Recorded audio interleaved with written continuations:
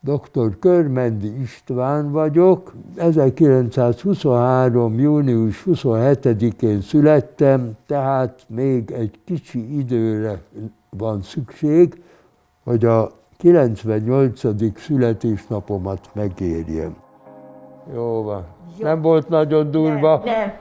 Nem is tudom, hogy el tudnék-e képzelni valaki mást is. Én csak azt mondom, hogy jó Isten tartsa minél tovább életbe a főorvos urat. Budapesten ennél jobb főorvos nincs, házi orvosban. 70 éves volt a múlt év júniusában az orvosi diplomám. A házi orvosi praxist 1957 óta, ha jól számolom, 64 éve lesz, hogy házi orvosi praxist folytatok. Tessék, akkor persze! Ha lehetne valakit klónozni, hát az ő kellene, hogy nagyon megsokszorozódjon.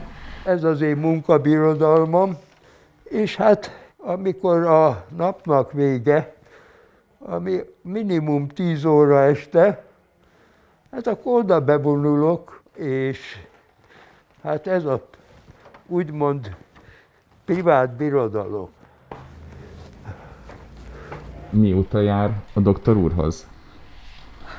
Mióta a gyerekorvos után ő volt a házi orvosunk az egész családnak, úgyhogy én doktor úr, még 18 éves korom óta. 6 éves korom óta, most pedig sajnos 77 vagyok, úgyhogy ki lehet számolni. Nagyon pici a tű, és nem okoz különösebb sérülést. Ez a praxis, mármint az a szoba, de ez egy 100 éves orvosi praxis. Ugyanis 1920-ban alapította az édesapám. Apám, mint orvos, különleges adomány volt számomra, borzasztó népszerű volt itt a betegek körében. Régi vágású doktor bácsi volt, itt volt ugye a rendelő, én a másik szobában, és volt egy ilyen kvázi megállapodásunk, hogyha nem tudom mivel, valahogy így zörög a irónnal, az azt jelenti, hogy gyere be.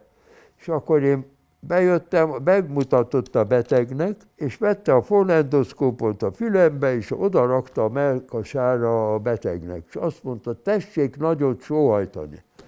Azt mondja nekem, hogy mit hallasz, nem olyan, mikor mész a friss porhó, ahogy ropog a talpad alatt. Ez a hang mutat, ezt úgy hívják, hogy krepitáció. Ezen a helyen a kedves paciensnek egy kezdődő tüdőgyulladása van. Hát ezt nem lehet többé elfelejteni. Gyakorlatilag születésem óta ismer, még a szüleim jártak hozzá, és aztán mikor már nagy lány lettem, akkor már felnőtt rendelésben én is hozzájártam, úgyhogy ennek már nem is tudom hány éve. Hát szerintem lassan 40-45 éve. 1929-et írunk, hát én egy nagyon lelkes kisfiú voltam, ráadásul az édesapám mindig azt mondta, hú, az egy csoda hely lesz az iskola, mert onnan minden nap gazdagabban fogsz hazajönni. Ezzel szemben az történt, nem tudom, első napon vagy a második napon, ugye a tanító néni, hát a katedrán nagy osztálykönyv sorba a gyerekek nevei, adatai, azt mondja, hogy na te Pistike, te izraelita vagy, csütörtökön abban az órában a 7-es számú tanterembe kell menni, ott lesz a hitanóra. Hát ugye az ember ebből nem von le semmi következtetést, oké, 6 évesek vagyunk, se írni, se olvasni még nem tudunk. Csöngetnek, kitódul a diáksereg a folyosóra, ahogy az lenni szokott. Én nem mondom, hogy mind a 31 néhány gyerek, de abból 6-8 volt olyan, mint a vadállatok. Most mi heten voltunk, mi lelepleződtünk, és minket püfölni, csúfolni, köpködni kellett, és tépkedni a ruhát. Hát erre nem voltam fölkészülve. Na most akkor mi lesz? Semmi, nem jár érte fejlevágás. Csinálok itt egy újat, ami mind a két oldalt most fogom kitölteni. Adjam a kártyát? Hát igen, hát ez amit kapott múltkor. Azt nem hoztam el. Ja, nem baj, majd legközelebb. Napokban találkoztam egy nővel, olyan 70-es évek elején, tolta az unokáját, és mondta nekem, hogy amikor ő ekkora volt, mint az unoka, akit tolt, akkor én őt már kezeltem. Kicsi gyerekként. Az egész családot látja, nem egy pácienst lát, hanem az egész családot, a teljes genetikánkat, azt, hogy melyik szülőmtől mit örökölhettem, mire kell figyelnem. Csomó olyan problémát meg tud oldani, amivel mások szakrendelésre szaladnak, mert hogy olyan általános orvos, aki nagyon sok területen topon van. Úgyhogy ez egy olyan biztonságtudat, hogy nem azért jövök ide, hogy egy beutalót kapjak, hanem első körben megpróbál megoldást találni. Amikor én érettségiztem 41-ben, akkor már a numerus nullus volt. Erről nem beszélnek érdekes módon, mert a numerus nullus azt jelentette, hogy nulla számú. Tehát mikor én 41-ben érettségiztem, erről szó se lehetett, hogy egyetemre jussak. De hát én egy olyan nagyon elszánt, notórius makacs voltam ilyen szempontból, és én pofátlanul bejártam az egyetemre hallgatni. Szoktam mondani, hogy ha úgy tetszik, loptam az orvostudományból. És ezt 4 fél éven át csináltam. Na mondom, jó van, lebuktam. Engem persze kitiltottak az ország minden egyeteméről örök időkre. És különben is, hát akkor már 1943 volt. Aki nem volt pakat, látta, hogy a németek elvesztik a háborút, mi is elvesztjük. Szóval most már csak idézőjelben csak az volt kérdéses, hogy az ember életben marad-e. Ilyen vagy olyan körülmény. Bocsánat. Tessék? És akkor essünk túl a nagy műtéten. Nem volt semmi probléma az elsőnél. Kicsit éreztem a bal karomat olyan másfél. De úgy nem volt láz vagy egyéb. Jó van. Hát az belefér. Annyi Egyébként belefér. Eszter lányom szívélyes üdvözletét küldi. 44-ben kezdődött tulajdonképpen a holokauszt éve. Április elején be kellett vonulnom munkaszolgálatra. Aki munkaszolgálata ment, az arra számíthatott, hogy őt lehetőleg el akarják pusztítani ilyen módon is, tehát olyan körülményeket teremtenek.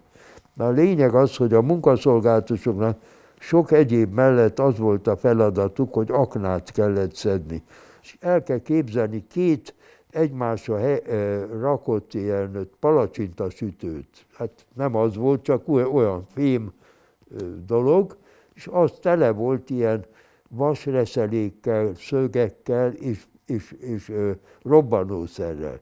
Na és azt berakták ilyen kicsi mélységre a földbe, és a kis földdel behintették, és aki arra rálépett, az robbant, és millió darabra széttépte az akna.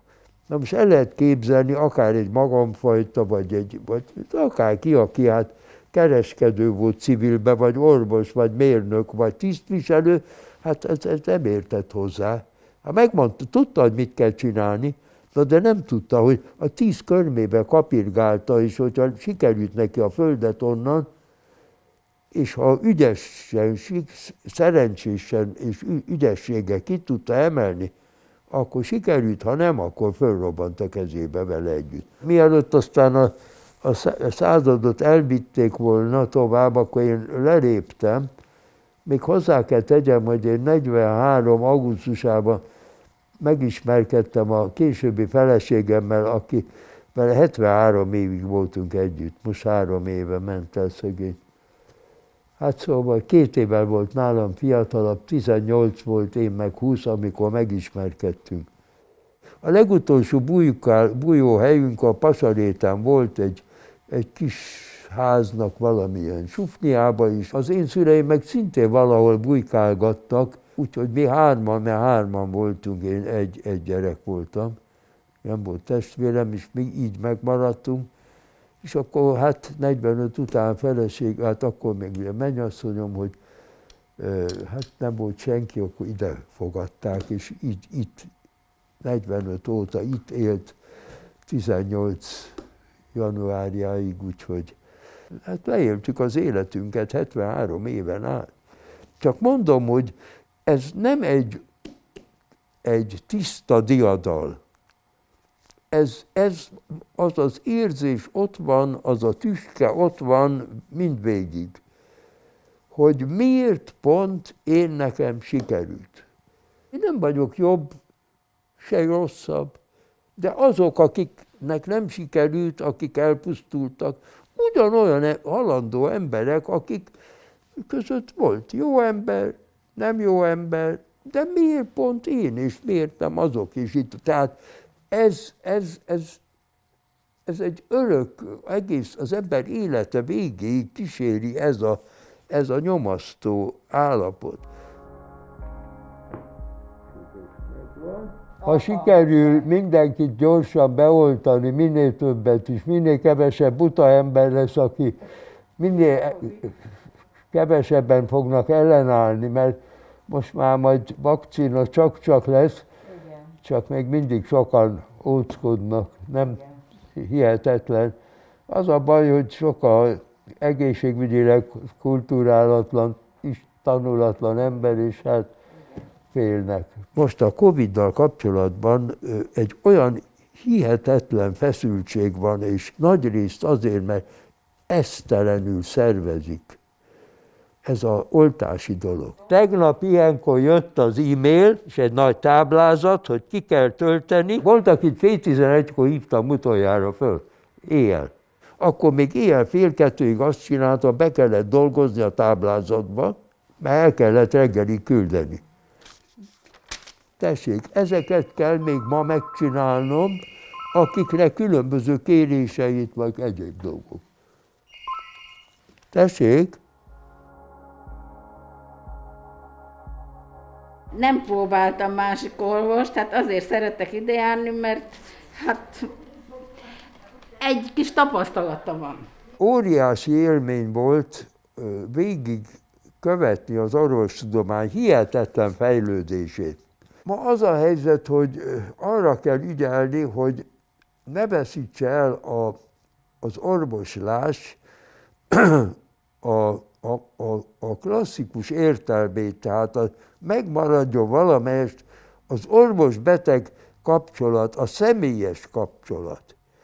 Mert most sajnos az a helyzet, hogy sokan hajlamosak arra, hogy a beteg panaszait ugyan meghallgatják, de akkor gyerünk, cédula, ilyen vizsgálat, olyan vizsgálat.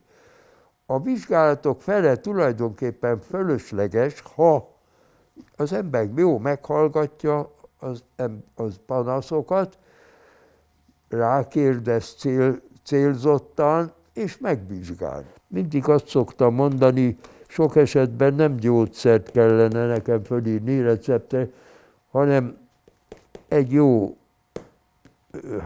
élettársat, egy jó főnököt,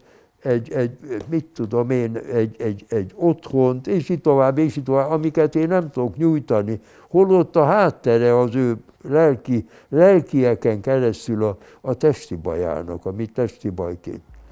Mindenkit igyekszem úgy ellátni, ahogy magammal szemben elvárnám mástól. Tulajdonképpen semmit nem ér maga a lét.